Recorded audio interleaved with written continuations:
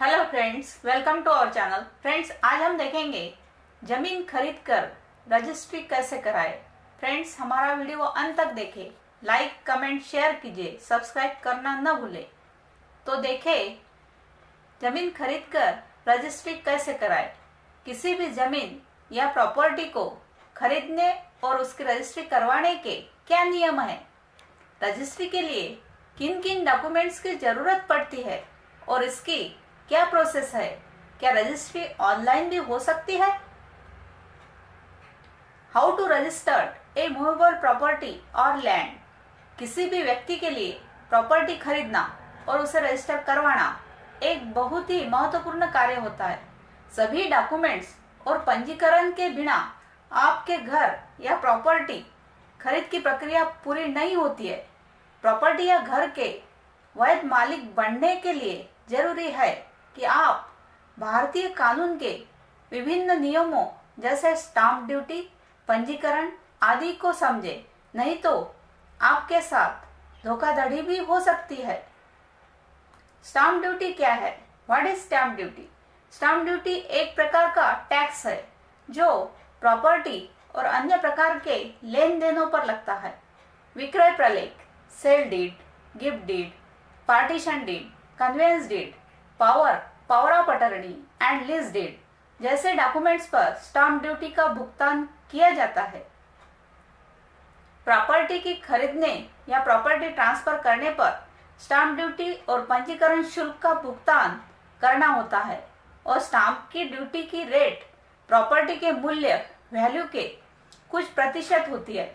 Stamp duty और पंजीकरण शुल्क राज्य सरकार द्वारा लगाया जाता है और हर राज्य में इसकी दर अलग अलग होती है। बड़े शहरों में स्टैम्प ड्यूटी की दर ज्यादा होती है। दस्तावेजों का पंजीकरण, registration of documents under Indian registration act.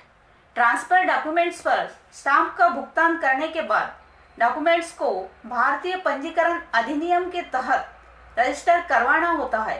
Property का रजिस्ट्रेशन उस जगह के उप रजिस्ट्रार के अधिकार क्षेत्र के तहत किया जाता है।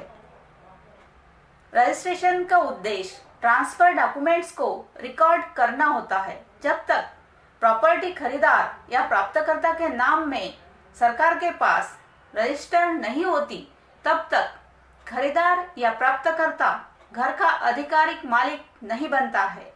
रजिस्ट्रेशन की एक ओरिजिनल कॉपी रजिस्ट्रार के पास रखी जाती है ताकि विवाद के मामले में काम में आ सके। प्रॉपर्टी या जमीन की रजिस्ट्री की पूरी प्रक्रिया जाने। Step by step process of property registration.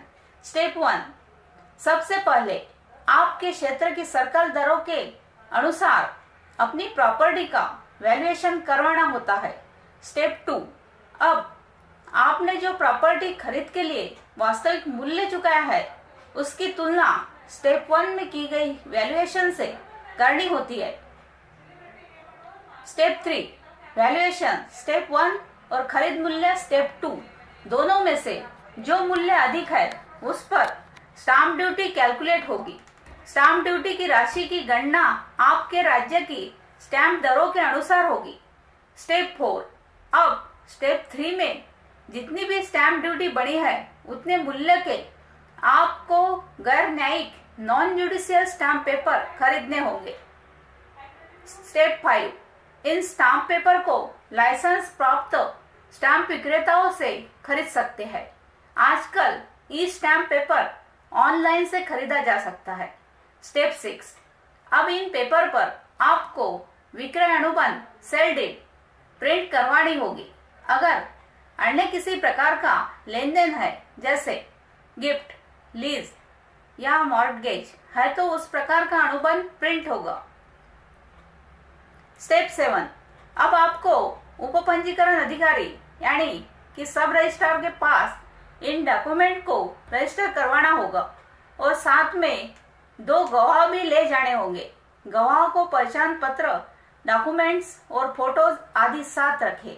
Step 8, इसके कुछ दिनों बाद आपको रजिस्ट्रार के ऑफिस से पंजीकृत ओरिजिनल विक्रय अनुबंध मीन सेल डीड यानी कि रजिस्ट्री डॉक्यूमेंट मिल जाएगा।